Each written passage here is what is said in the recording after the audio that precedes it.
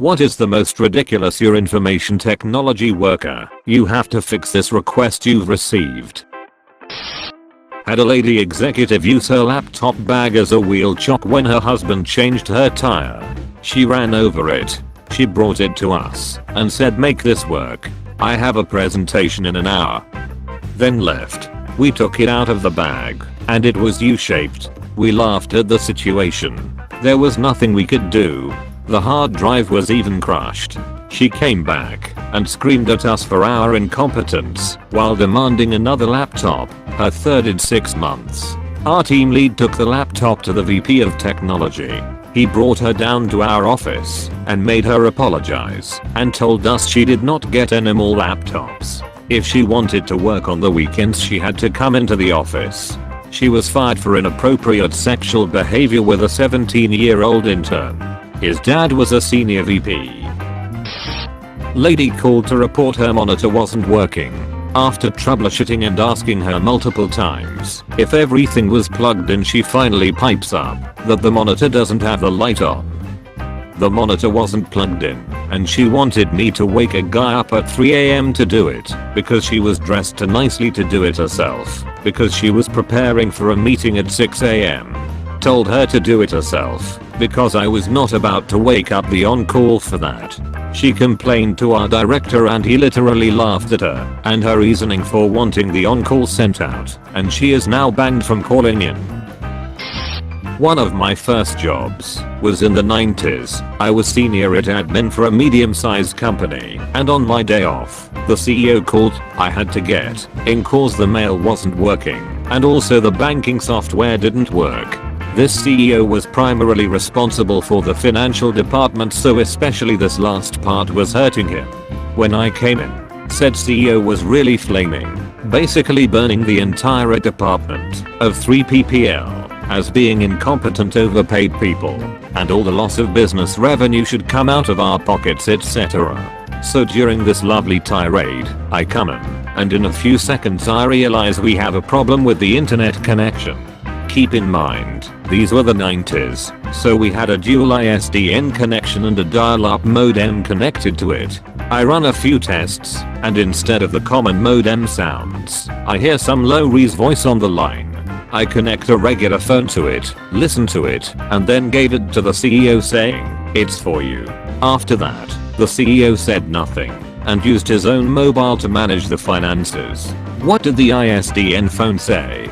"Due to not paying you bloody bill, this line is disconnected. If you want to reinstate this service you have to pay XX plus admin costs, etc, etc. I went home after that with a very big grin and started looking for another job. Drove for 2 hours to replace a touchscreen monitor that had stopped responding. Turns out they were wearing gloves. We used to log these type of callouts as ID10T errors. My partner did it for years. My favorite is the lady who called to complain that her mouse wasn't working. He gets to her cubicle to see that she was upset with the size of her cubicle, and so she had stapled her mouse pad to the wall and put a nail through her mouse wire to hang it. Years ago I worked for a rather large ISP as a tech lead. A residential DSL customer called in demanding to speak to a supervisor because his internet was down and he was going to miss out on some multi-million-dollar deal if he couldn't get on the internet.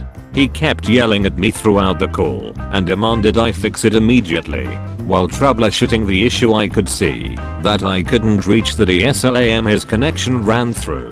I advised him I would have to reach out to a dispatch center to have a tech go take a look at it. At some point he informed me that on his way home he saw that a vehicle had run off the road into one of our boxes and it had caught fire. He still said he was planning on suing our company if he wasn't able to be online to make this supposed deal of his. I passive aggressively suggested he go to a Starbucks and wished him well with the lawsuit. I work in web development, maintenance. I got a call from a client who was absolutely livid when I told her that she could not take the hyperlink text from her web page, transfer it over to their print ad, and still have it function like a link. I was asked to fix a cabinet once. I don't mean like a server rack or anything. I mean a literal wooden cabinet with shelves and stuff. Edit. I was once also asked to fix an old oscilloscope that was out of warranty. It was running embedded Windows, so I could at least sort of see their thought process on that one. But it was still a no. Was the cabinet used to store information? Posted this before, but I was a remote tech and had a woman call me and wanted me to drive 6+ hours to her facility to turn on her computer because hitting the power button was not her job. I had something similar to this once. There was a very remote school in Wyoming with about 3 out of warranty servers and none of them would power on. They worked with the vendor on the phone for hours, unplugging and replugging, and various troubleshooting. The vendor contracts me to fly to Montana. It was the middle of the winter and the nearest commercial airports were all closed, with 3 power supplies. They had no one in the area certified to repair these servers. I get there and discovered that there was no power to the outlets. I went to the electrical closet and there was a tripped breaker, flipped it back and everything was working. Cost the school almost $3,000 with effort, hotels, car rental, and labor to have a circuit breaker flipped. Our help desk, before it was renamed the support desk, eventually ended up keeping fluorescent tubes and whiteboard markers in stock because people would send complaints to the CEO that we were refusing to help when we asked them to contact the office manager for these things. The flip side is that the CEO eventually created a new email address for people to send complaints directly to him. Very few people knew that this special CEO complaints email address actually got forwarded to the office manager.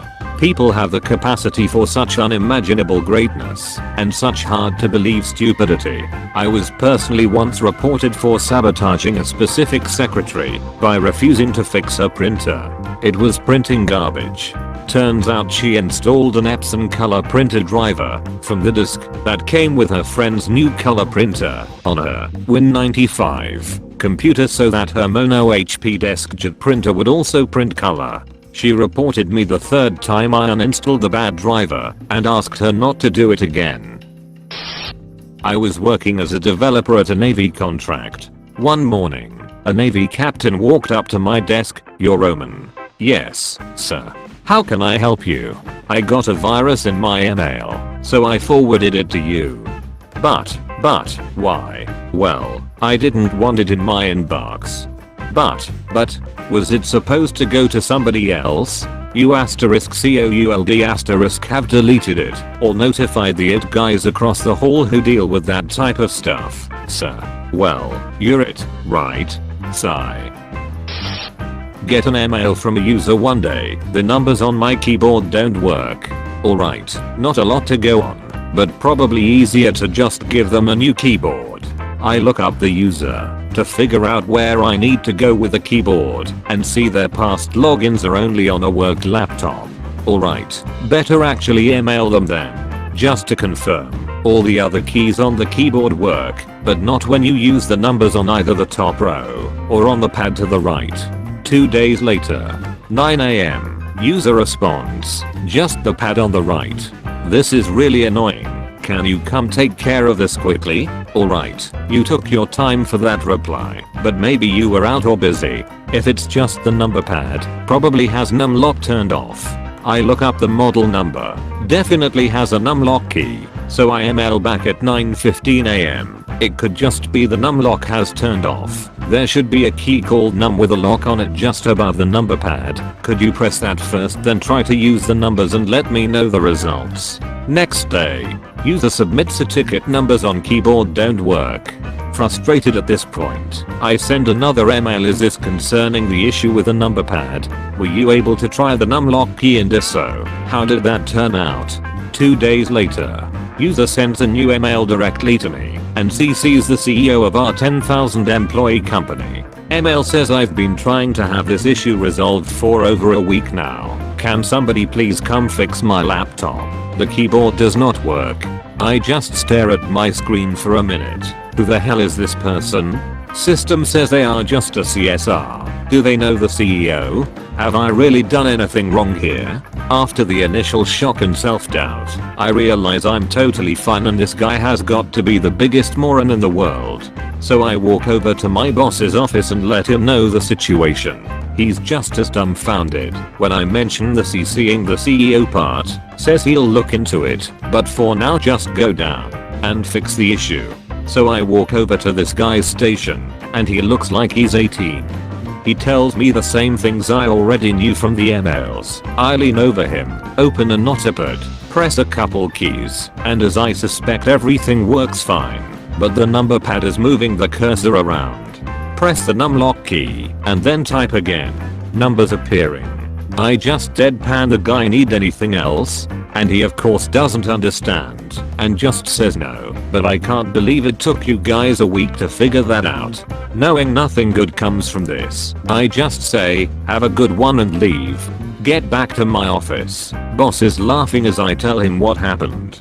He follows up with an email to the guy's supervisor, CCing their manager and myself as well, basically retelling the story in full. Last I heard, the manager chewed out the supervisor and the supervisor chewed out the CSR. Damned if I know, if an idiot, that Vic learned anything though. Comment and subscribe.